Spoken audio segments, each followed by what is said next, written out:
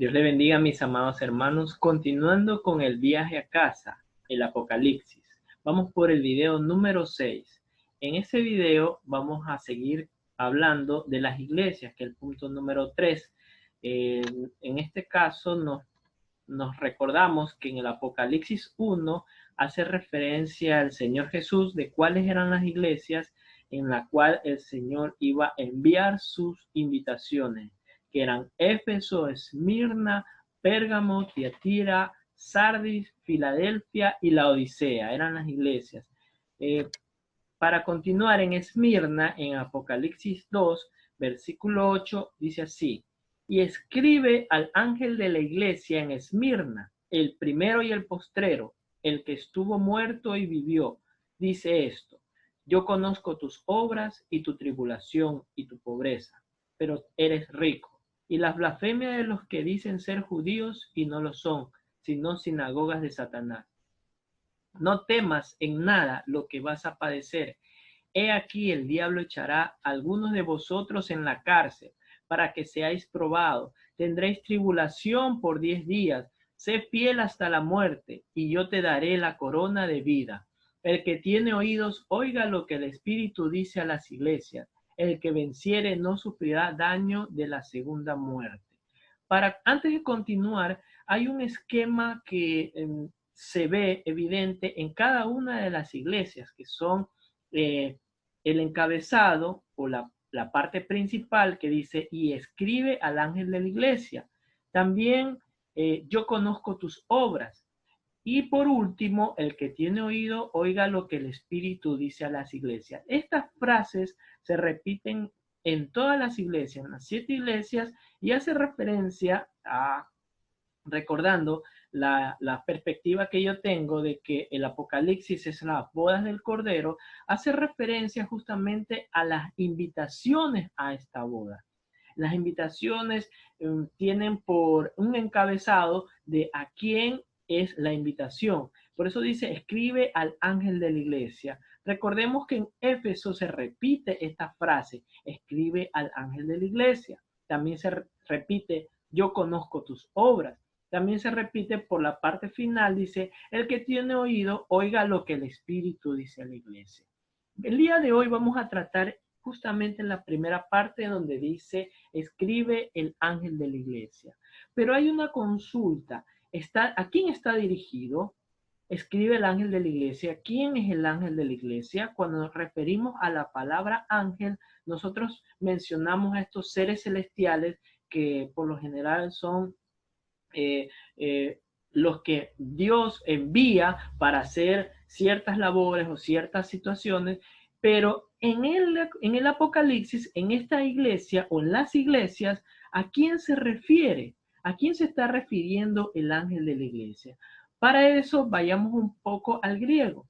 En el griego tenemos la referencia de que ángel en griego, la palabra es angelos, que significa, el significado en español es mensajero. O sea, un ángel es un mensajero. Eso lo conocemos por los diferentes versículos anteriores del Antiguo Testamento, en la cual hace referencia de la aparición de muchos ángeles que traían un mensaje. Pero enfocándonos netamente a la iglesia, escribe al ángel de la iglesia, está diciéndole: escribe al mensajero de la iglesia. Pero vamos más allá. En hebreo, mensajero, la palabra mensajero en hebreo significa malak, que se lo traduce o se lo escribe como ángel, como mensajero, embajador. Entonces malak está hablando de estos seres celestiales. Entonces las iglesias, en la iglesia, hago la pregunta, en la iglesia, ¿hace referencia a un ángel como un ser celestial? Bueno, para eso vayámonos más atrás. En Malaquías 1, que es el último libro del Antiguo Testamento, el último profeta, él escribe, dice en el versículo 1 de Malaquías 1, dice: la profecía de la palabra de Jehová contra Israel por medio de Malaquías. Si nos vamos al original en hebreo, dice, recordemos que el hebreo se lee de derecha a izquierda, dice la profecía, palabra de Yahvé, Jehová o Dios, dice Israel por mano de Malaquías. Malaquías, esta palabra que está aquí en hebreo, si nosotros las letras las leemos, este es men, o sea, la M, la met, alef, kof y yob. Entonces, si nosotros leemos, dice Malaquías, ¿ok? Entonces, si nosotros tomamos en cuenta que la palabra Malak significa ángel, entonces Malaquías, el nombre Malaquías que está aquí, hace referencia a que es un ángel. Esa sería la pregunta. Realmente vamos a descubrir un poco más adelante, cuando vemos en el capítulo 3, en el versículo 1 del mismo libro de Malaquías, dice así: he aquí, yo envío a mi mensajero, el cual prepara el camino delante de mí, y vendrá súbitamente al templo del Señor, a quien vosotros buscáis. Y el ángel del pacto, a quien deseáis vosotros, he aquí viene, ha dicho Jehová de los ejércitos. Cayendo en cuenta, en el original, en hebreo, dice así: he aquí, envío mi mensajero. Envío, si ustedes hacen referencia o se dan cuenta, lo que dice aquí es la misma palabra que parecida con la misma palabra con la que vimos anteriormente, Malaquías. Entonces, la traducción sería: he aquí, envío mi mensajero, o sea, envío a Malaquías y prepara el camino delante de mí, y de repente vendrá a su templo. Pero ¿se está refiriendo a Malaquías este capítulo, este versículo? Malaquías significa mi mensajero, mi ángel. ¿Por qué ángel? Si ustedes se dan cuenta, la traducción anterior en el Reina Valera lo hace referencia, dice, y el ángel del pacto. O sea, la palabra Malaquías, la palabra mensajero y la palabra ángel tienen mucha referencia, como los había mencionado anteriormente. Entonces, en la profecía, en la primera del versículo que vimos anteriormente, dice la profecía de la palabra de Yahvé a Israel por mano de Malaquías. Entonces, por mano de mi mensajero. Eso es lo que hace referencia de que puede ser un nombre propio, puede ser alguien que se haya llamado Malaquías, o puede hacer referencia a un profeta que no quiso dar su nombre y se autollamó mi mensajero. O sea, el que trae el mensaje de la profecía. O puede haber dicho mi ángel, porque la traducción es la misma, mi malak. Si hace referencia mi ángel o mi Malaquías, pero este es una persona, no es un ser espiritual el que escribió esta profecía, este último libro. Entonces, este versículo que nosotros leímos en el capítulo 3 hace referencia, cuando se refiere a mensajero, se refiere también a Malaquías y se refiere a un ángel, a mi ángel. Entonces, en sí, una persona puede ser un ángel o una persona puede ser un mensajero de Dios. Pero este versículo de aquí, que nosotros lo vemos aquí en el capítulo 3, no se refiere ni a Malaquías el profeta, ni al ángel de un ser espiritual, sino que esta combinación de palabras hace referencia justamente al Salvador. Es una profecía que estaba lanzando estrictamente al Salvador. Entonces, hace indicando netamente que el mensajero, mi mensajero, es el portador de la palabra de Dios, que puede ser un ángel, que puede ser una persona, o el mismo Señor Jesucristo? La pregunta que se hace es, he escuchado en muchas predicaciones o enseñanzas, ¿por qué se dice que el ángel de la iglesia en Apocalipsis es el pastor? ¿Por qué dicen que esta persona, que ya sabemos que es una persona, ya el ángel es una persona, no por ser un ángel, sino porque la palabra indica el mensajero, este mensajero es una persona? Entonces, ¿por qué siempre hacen referencia al pastor? Existen los superministerios en la actualidad, que en realidad el pastor es profeta, es maestro, es evangelista, es apóstol, es diácono, o sea, es administrador de los recursos de la iglesia, es levita también, o sea, es salmista, es cantante. Entonces existen estos superministerios en las iglesias que están netamente enfocados en una sola persona, en el líder, ¿ya? Y por eso es que cuando nosotros leemos el Apocalipsis con las costumbres actuales, con las formas de manejar las iglesias actualmente, entonces por eso se saca la conclusión de que al referirse al ángel, al referirse a esta persona, se está refiriendo al pastor. Eh, pero realmente, ¿qué somos realmente nosotros? Dice, en 1 Pedro 2:9 dice, mas vosotros sois linaje escogido, real sacerdocio, nación santa, pueblo adquirido por Dios, para que anunciéis las virtudes de aquel que os llamó de las tinieblas a la luz admirable. O sea, el mensaje de la iglesia, perdón, es la mensajera. La iglesia no es el pastor o el líder. La iglesia es netamente todos nosotros. Entonces, al referirse al ángel o al mensajero, se está refiriendo en sí a cada uno de los integrantes que forman esa iglesia, a la congregación en general. Escribe al ángel de esta iglesia, dice.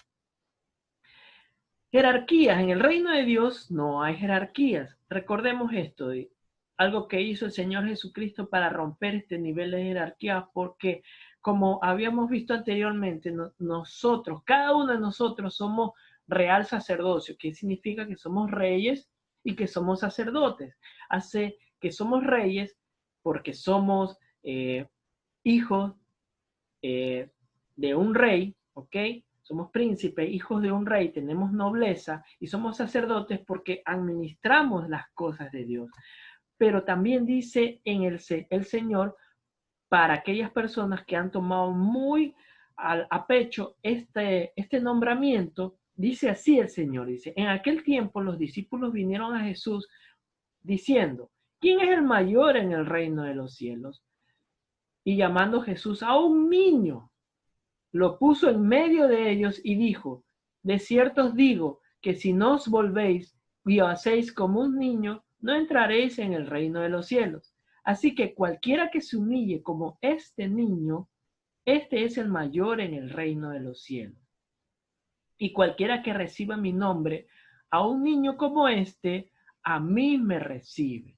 Mira el comparativo que hace el Señor Jesús con un niño, ¿ya? Que muchas veces un niño en las iglesias no son tomados en cuenta, muchas veces se los hace a un lado, no se los escucha, ¿ya? Y mira lo que dice el Señor Jesús, que Él es el mayor, que el niño es mayor en el reino de los cielos. No hay jerarquías en el reino de los cielos. O sea, para nosotros que existen los títulos de jerarquía que nos hemos llamado en diferentes congregaciones, para el Señor eso no es importante. Para el Señor lo importante realmente es el mensaje. ¿Quién tiene jerarquías? Si nosotros leemos Efesios 6, cuando habla acerca de la armadura de Dios, vestidos de toda la armadura de Dios para que podáis estar firmes contra las acechanzas del diablo, porque no tenemos lucha contra sangre y carne, sino contra principados, potestades, contra gobernadores de las tinieblas de los siglos, contra huestes espirituales de maldad en las regiones celestes. Satanás es que tiene jerarquía, tiene posiciones por reinos, por países, imagínense, hasta en el cielo. Él es el que tiene jerarquías. Y esa jerarquía la ha copiado los hombres poniendo sus reyes, príncipes, gobernantes, alcaldes. Esa jerarquía realmente es una enseñanza netamente gubernamental, o sea, de los hombres, ¿ya? Pero en Dios, en el reino de Dios, no hay esa jerarquía. Para Dios realmente somos iguales. No existe diferencia. Más bien mayor es aquel que es como un niño. En Esmirna, volviendo a Esmirna, dice. Entonces, y escribe al ángel de la iglesia en Esmirna. Entonces, cuando Jesús le dice que escriba, no solo en Esmirna, sino en cada una de las iglesias, ¿quién es este ángel? Este ángel es aquel que lleva el mensaje. Si el líder es el que habla a la congregación y lleva el mensaje, la congregación tiene que repartir con ese mensaje. ¿Ya? Esto hace referencia a que el propósito de la enseñanza no es para guardarnos a nosotros, sino para compartirla, porque lo importante no es la persona, sino el mensaje que llegue a la persona. ¿A quiénes? A quienes aquellos que no han escuchado el mensaje. Dios dice a las iglesias, recordemos, ¿quién fue mi mensajero, mi Malaquías, por el cual estaba enunciado esa profecía en Malaquías 3?